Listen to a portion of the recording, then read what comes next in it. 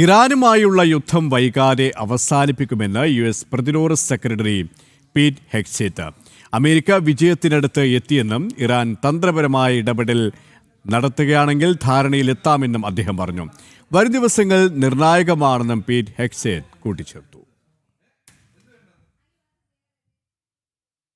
I asked each young American, what do you need? And nobody said better equipment. Nobody said more comfortable living conditions. Nobody said send me home. Well, of course, eventually we want all those things. They do too.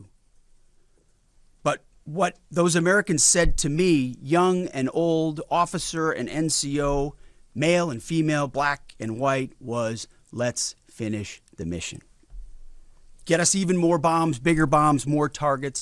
Let us finish this. In fact, Admiral Cooper noted this morning that the 3 Air Force captains shot down by Kuwaiti-friendly fire early in the fight, weeks ago. They never left the theater.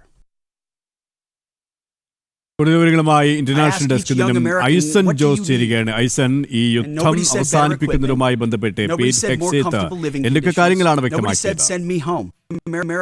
തീർച്ചയായും സുരേഷ്, ഈ യുദ്ധം അവസാനിപ്പിക്കുന്നത് സംബന്ധിച്ച് അദ്ദേഹം Pete Hegseth പറഞ്ഞത്, Pete Hegseth പശ്ചിമേഷ്യ സന്ദർശിച്ചപ്പോഴാണ് അവിടെ ഇടപെട്ടിരുന്ന സൈനിക ഉദ്യോഗസ്ഥർ, എല്ലാ കാറ്റഗറിയിലുള്ള സൈനിക ഉദ്യോഗസ്ഥർ യുദ്ധം അവസാനിപ്പിക്കാനുള്ള സംവിധാനം നമുക്കുണ്ട്, അതായത് പൂർണ്ണമായും ഇറാനെ തകർത്തെറിയുകയാണെങ്കിൽ പിന്നീട് മറ്റൊരു നീക്കത്തിന് ഇറാന് തയ്യാറാകാനുള്ള സാഹചര്യം ഉണ്ടാകില്ല എന്ന് കൃത്യമായി തനിക്ക് മിലിറ്ററിയുടെ ഇൻഫർമേഷൻ ലഭിച്ചു എന്ന് തന്നെയാണ് അദ്ദേഹം പറഞ്ഞത്. അതിൽ നിന്നും പിന്നാലെ മറ്റു ചില നിർണായകമായ വിവരങ്ങളും അദ്ദേഹം വെളിപ്പെടുത്തുന്നുണ്ട്. അതിലേറ്റവും പ്രധാനപ്പെട്ട വിവരം എന്ന് പറയുന്നത്, ഇത്തരത്തിൽ ഈ നീക്കം നടത്തുമ്പോൾ ഈ നീക്കത്തിനെതിരെ, അതായത് ഇത്തരത്തിലുള്ള യുദ്ധം അവസാനിപ്പിക്കാനുള്ള നീക്കം നടത്തുക എന്ന് തന്നെയായിരുന്നു.